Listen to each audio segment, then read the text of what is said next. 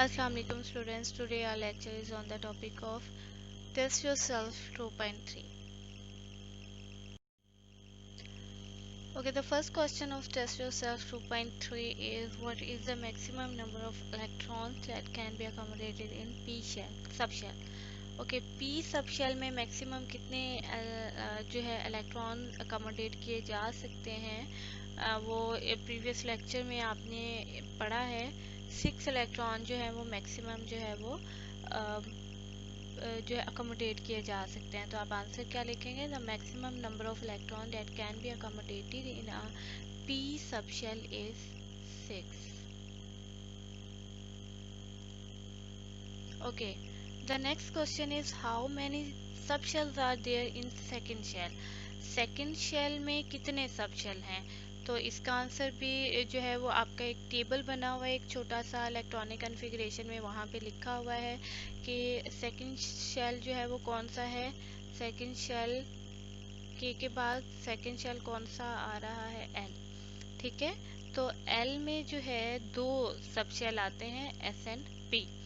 Okay, there are 2 subshells in second shell, S and P subshell.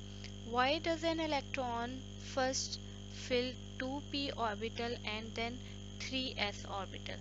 ठीक है, तो हमने क्या बात की थी कि लोएस्ट एनर्जी लेवल से हाईएस्ट एनर्जी लेवल की तरफ क्योंकि हमने फिलिंग करनी है, तो 2p एनर्जी लेवल कम है। ठीक है, 2p की जगह पे अगर आप देखें तो 3s जो है,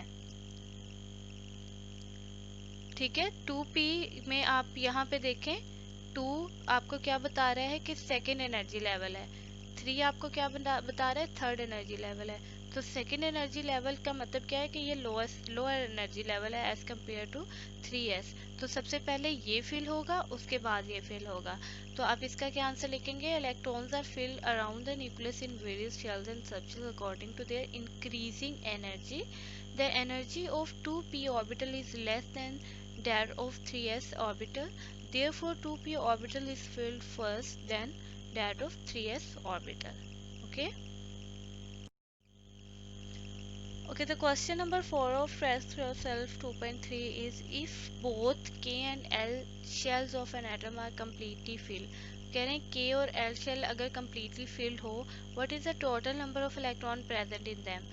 अब K शेल में हमें पता है कितने इलेक्ट्रॉन मैक्सिमम फिल हो सकते हैं, 2. L शेल में कितने फिल हो सकते हैं? 8. ठीक है, तो टोटल मिला के कितने इलेक्ट्रॉन हो गए? 10. ठीक है, तो ये चीज़ आप यहाँ पे लिख देंगे.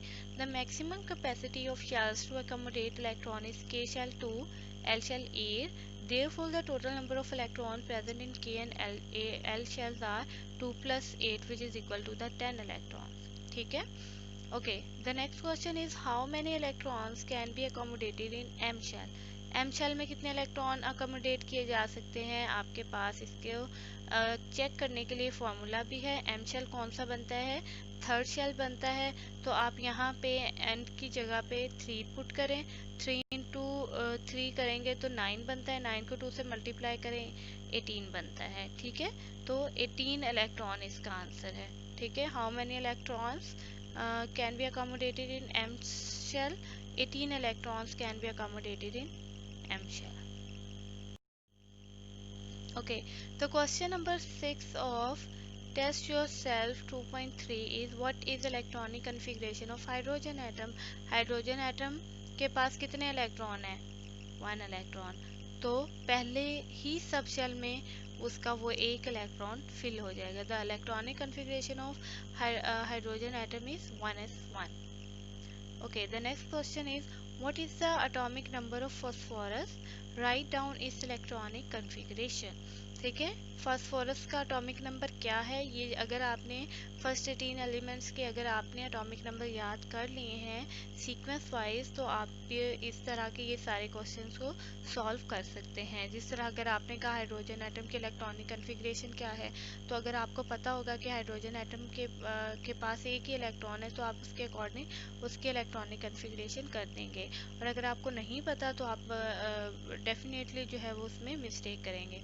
What is the atomic number of phosphorus? Atomic number है 15 और इलेक्ट्रॉनिक कन्फिग्रेशन 15 की ही करेंगे हम. तो इसमें हम क्या लिखते हैं, यहाँ पे देखें, जो उसी तरह आपने जो है सीक्वेंस बनाना है, एरोस लगाने हैं, तो आपके पास ये सीक्वेंस बनेगा। हम यहाँ पे देख लेते हैं, school, school, public school, public, और यहाँ पे देखिए 1 पहला एनर्जी लेवल, ये दूसरा स्कूल, स्कूल, पब्लिक स्कूल में इसके अकॉर्डिंग आप देख लें कि पहला एनर्जी लेवल, दूसरा एनर्जी लेवल, और ये तीसरा जा रहा है। ठीक है, तो यहाँ पे आपने 2 इलेक्ट्रॉन फिल किए, 2 इलेक्ट्रॉन फिल किए, 4 हो गए, 6, 10 हो गए, 12, 13, 14 and 15। Okay, the next question is, if an element has atomic number 13 and atomic mass 27, how many electrons are there in each? Okay, how many electrons are there in each atom of the element? Okay,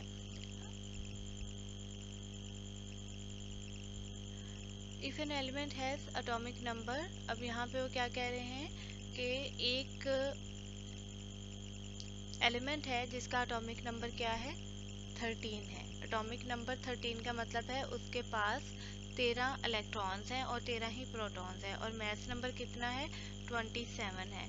how many electrons are there in each atom of the element, तो क्या कह रहे हैं कि कितने उसके पास electrons होंगे। तो डेफिनेट सी बात है, एटॉमिक नंबर से ही हमें पता लग गया है कि उसके पास 13 इलेक्ट्रॉन्स है। In a neutral atom atomic number is equal to number of proton, which is equal to the number of electrons, that is 13. Therefore each atom of this element has 13 electrons. ठीक है, okay, the next question is, how many electrons will be in m shell of an atom having atomic number 15?